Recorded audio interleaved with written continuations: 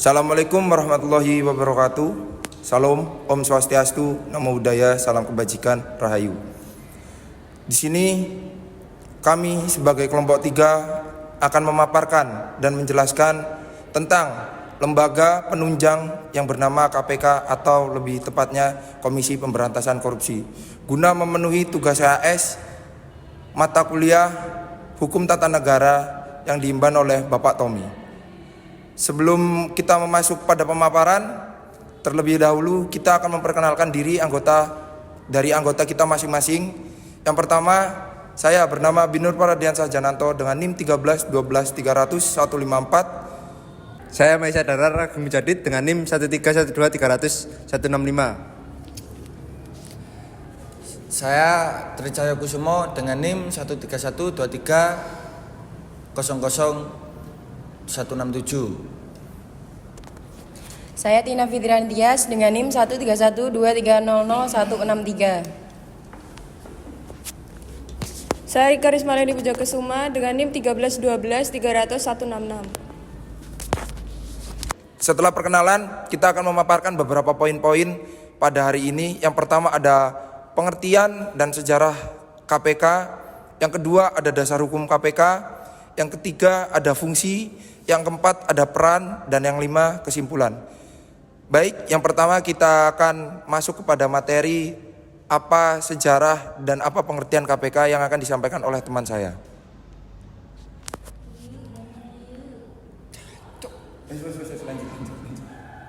Pengertian KPK. KPK adalah singkatan dari Komisi Pemberantasan Korupsi.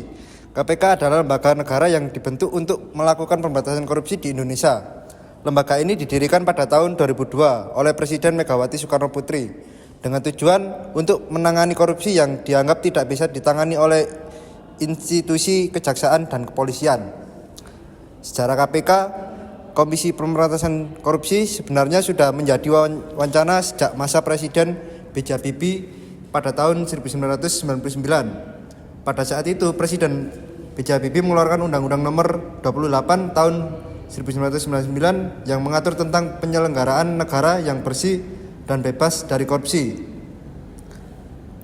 Namun pembentukan KPK baru terwujud saat Presiden Megawati Soekarno Putri memimpin Indonesia.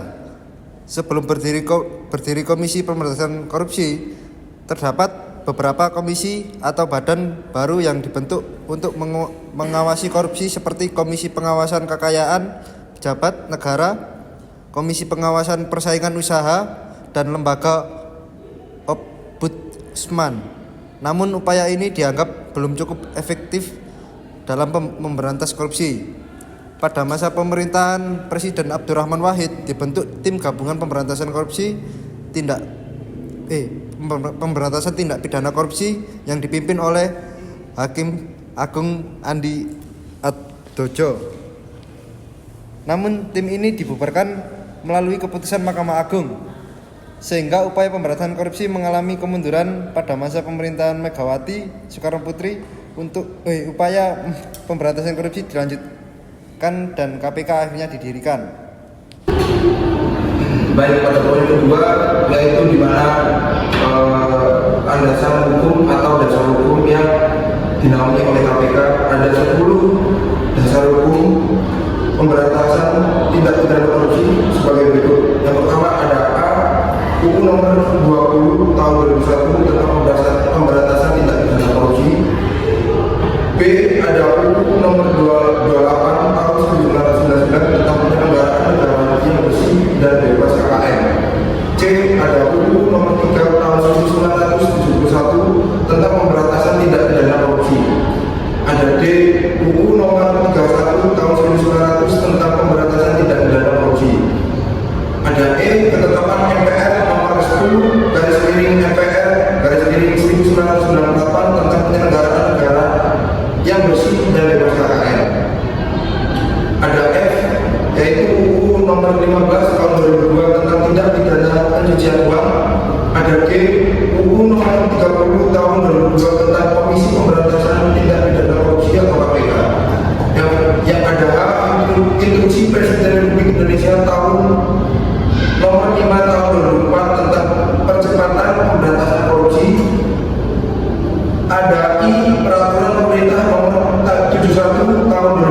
tentang tata cara pelaksanaan peran serta masyarakat dan pemberian penghargaan dalam pencegahan dan pemberantasan tindak pidana korupsi. Ada C. Peraturan Pemerintah Nomor 263 Tahun 2005 tentang Sistem Manajemen Sumber Daya Manusia KPK.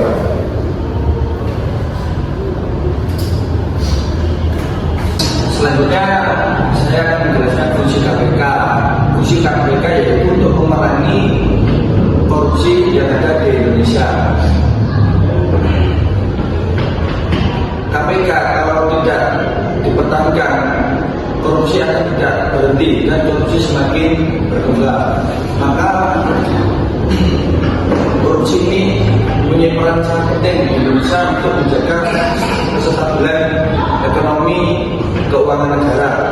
Sedangkan di Indonesia itu banyak kasus korupsi yang sangat merugikan negara karena pejabat Indonesia itu mementingkan diri sendiri tanpa memikirkan rakyat lainnya, sehingga menggunakan cara yang salah dan melanggar hukum. Oleh karena itu KPK harus dipertahankan guna untuk meningkatkan kapasitas penegakan hukum dan serta menerapkan semua pasal Undang-Undang Tipikor dan menjaga eksistensi KPK dan guna untuk mencegah mengurangi korupsi-korupsi yang ada di Indonesia. Selanjutnya peran KPK dalam proses penegakan hukum di Indonesia. Yang pertama, pencegahan korupsi.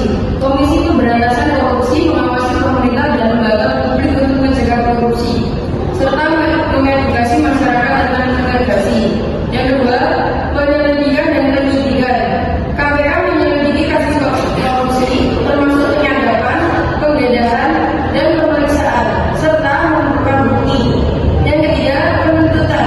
Komisi Pemberantasan Korupsi menuntut pelaku korupsi ke pengadilan dengan dukungan tim jaksa yang ahli. Yang keempat, penguatan pengadilan.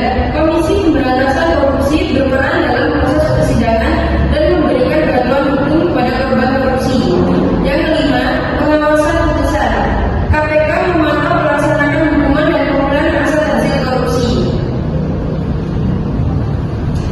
Selanjutnya kesimpulan bahwa Komisi Pemberantasan Korupsi KPK telah mengalami kemudian akan perbedaan independensi sejak perubahan Undang-Undang KPK melalui Undang-Undang Nomor 19 Tahun 2019 yang memasuki KPK ke dalam penuh kekuasaan eksekutif. Penurunan ini disebabkan oleh berbagai pengaturan yang mengurangi independensi KPK, seperti pengangkatan dan pemberhentian komisioner yang tidak independen, kekuatan penyelidik dan penuntutan yang berkurang, serta penanganan operasional yang tidak independen. Lalu menurut kelompok kami, untuk memperbaiki pemberantasan korupsi, KPK harus dibuatkan sebagai lembaga negara yang independen. Dan pemerintah serta DPR harus menunjukkan komitmen dengan mengembalikan independensi KPK dan memenuhi kebutuhan sumber daya yang cukup. Selain itu, struktur KPK juga perlu ditinjau kembali untuk mengurangi birokrasi dan potensi regenerasi tugas.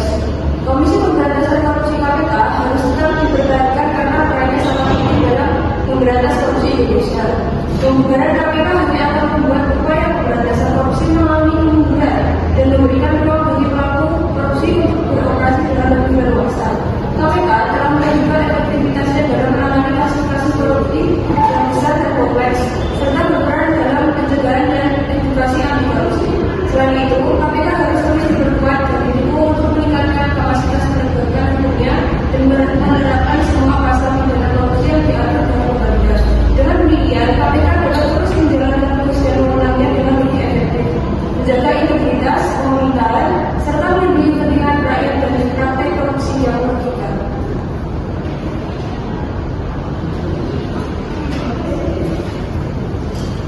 Oke, baik, sekian dari pemaparan kelompok kami.